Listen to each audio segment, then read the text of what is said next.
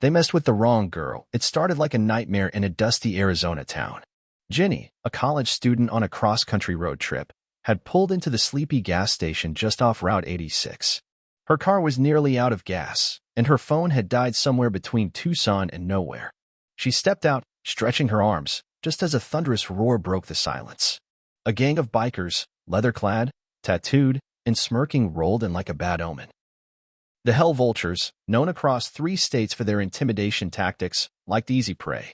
And Ginny, alone and unarmed, looked like just that. "Where you headed, sweetheart?" One of them sneered, circling her like a vulture. Ginny stayed calm. "Just getting gas." But before she could blink, 2 of them had grabbed her. One yanked her hands behind her back and tied them with rope. The others laughed. The leader, a burly brute named Crag, took a puff of his cigar and said, "Let's have a little fun before the cops even hear about this." What they didn't realize was that this dusty pit stop had 2 other visitors, 2 men with very particular sets of skills. Inside the mini-mart stood John Cena, wearing aviator shades and picking out beef jerky. Just a few aisles over, Dwayne "The Rock" Johnson examined a bottle of water like it might start a fight. Both men heard the commotion outside. Cena raised an eyebrow. "You hear that?" The Rock glanced toward the window. "Yeah, sounds like someone wants to get wrecked." They walked out together. Ginny was struggling, her back pressed against her car as the gang tightened the ropes. Crag turned just in time to see 2 massive silhouettes approach. "Hey, this ain't your business," he barked. Cena slowly removed his sunglasses. "See, that's where you're wrong." The Rock cracked his knuckles. "We hate bullies." A biker charged at them with a chain bad move. The Rock clotheslined him so hard he flipped twice before landing unconscious. Another tried to swing a tire iron at Cena, who caught it mid-swing and snapped it in half. He tossed the pieces aside like chopsticks. The rest of the gang hesitated, then swarmed. Too late.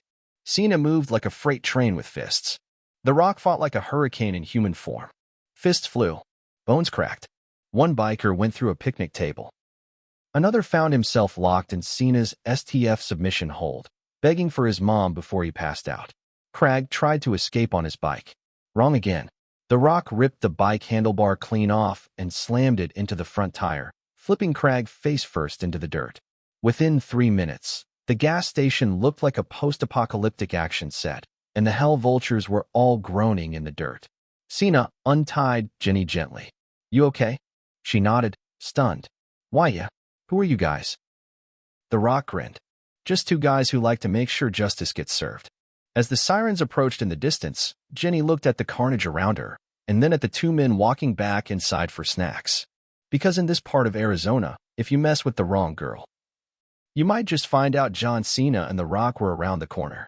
As The Rock opened the fridge for a bottle of water, John Cena leaned against the counter with a protein bar in hand. "I swear," Cena said, "every time we take a road trip, something like this happens." The Rock twisted off the cap. "Yeah, well, they should post signs. Warning WWE legends in area." Back outside, Ginny sat on the hood of her car, trying to collect herself. The heat of the Arizona sun hadn't even touched the chill of what almost happened. Her wrists were raw from the ropes, but her eyes were locked on the scattered bodies of bikers groaning in the dirt. One of them, young, maybe early 20s, started crawling away. "I didn't want to do this. I was just riding with them, man." Cena stepped out of the mini-mart and caught him with one hand. "You helped tie her up," he said coldly, lifting the guy by his collar. "You made a choice." The biker whimpered. What are you gonna do?" The Rock emerged behind Cena, sipping his water. "We're not gonna do anything." The biker exhaled in relief. "But the police?" The Rock smiled. "You're gonna be getting real familiar with your cellmate." Suddenly, a scream rang out from the other side of the gas station. One of the bikers had made it to a concealed stash in the sidecar of his Harley, a shotgun. "Back off!" the biker shouted, aiming it wildly at Cena, The Rock, and Ginny. Ginny ducked behind her car. The Rock instinctively stepped forward. "Don't," Cena said quietly. "I've got this." The biker pumped the shotgun, sweat dripping down his face. "I'll do it, man. I swear." Cena walked toward him slowly, each step calm and deliberate. "You ever shot a man before?" Cena asked. The biker hesitated. His hands trembled. "Didn't think so," Cena said, and launched himself forward in one explosive burst. In a blur, the shotgun was knocked aside. Cena slammed the biker to the ground with a spinebuster so hard it kicked up dust. The shotgun skidded away, harmless. The Rock let out a slow whistle. Man, I love it when you do that. Just then, sirens wailed and red and blue lights flashed as two sheriff cruisers pulled in, tires screeching.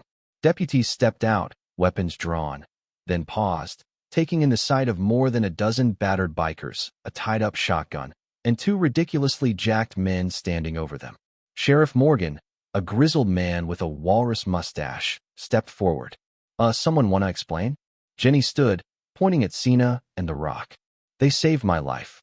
Morgan glanced at the pile of thugs. Looks like they saved the whole town. Cena handed him the shotgun. They were about to do something terrible. We just stopped it. The sheriff looked at the downed gang, at Craig moaning with a broken nose, and sighed. Gonna need more than handcuffs for this mess. The Rock smiled. Duct tape and zip ties. Works every time. Later that evening, the sun dipped below the horizon. Jenny's car was fixed up. Sheriff Morgan had offered her an escort back to the main highway, but she lingered. Thank you, she said quietly to Cena and the Rock. I don't know what would have happened if you two hadn't been here.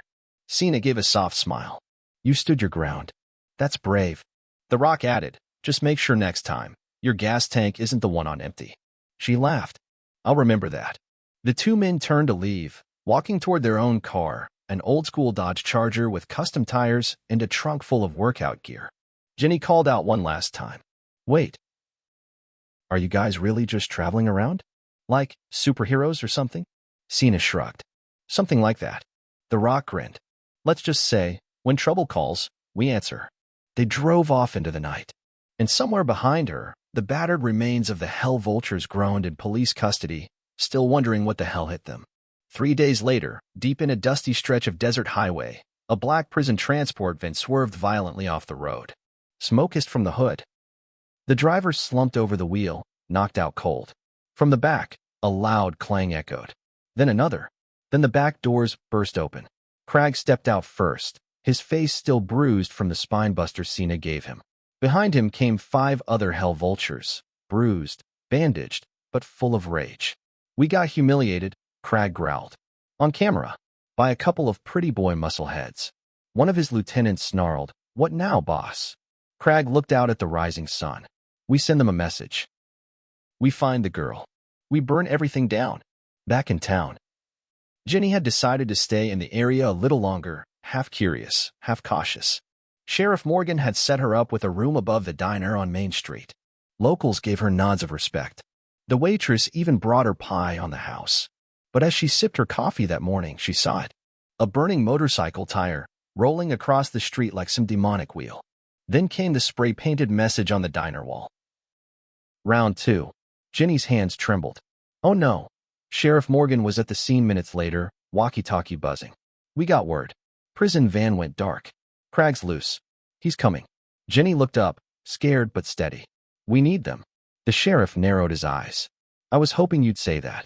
2 hours later, remote gym warehouse, the gym doors slammed open.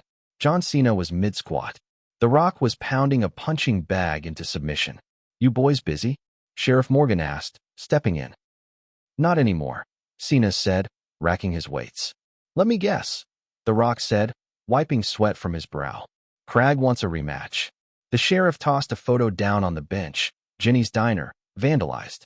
Cena stood slowly. Then we give him one. The Rock grinned. Time to take out the trash. The final showdown. Desert Carnival grounds that night. The Hell Vultures made their move at an abandoned roadside carnival ground, lit only by flickering bulbs and rusting rides.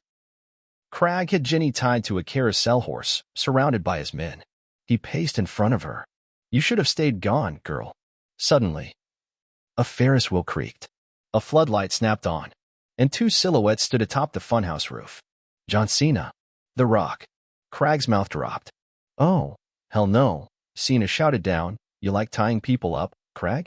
Let's see how you handle us. The Vultures grabbed weapons, chains, pipes, bats, but it was too late. Cena launched himself off the roof, landing in a roll that cracked the earth. He shoulder-tackled 2 men straight into a popcorn stand. The Rock dropped in with a steel bar, swinging with thunder. He cracked a wooden crate over a biker's head and sent another flying into the dunk tank. Jenny struggled against her ropes until she spotted a loose shard of glass by the carousel pole. She twisted, cut herself free, and dove for cover. Crag pulled a machete from his belt and charged Cena. "You ruined everything."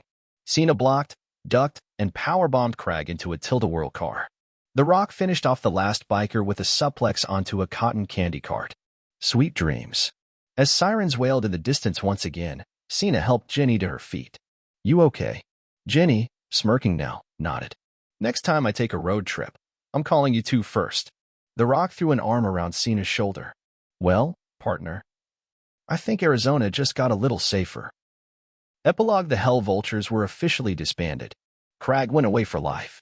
Jenny returned to college with a story no one believed, except for the sheriff who saw it all. And John Cena and The Rock? They drove off once more, headed toward the horizon in that dusty Dodge Charger, radio blasting classic rock.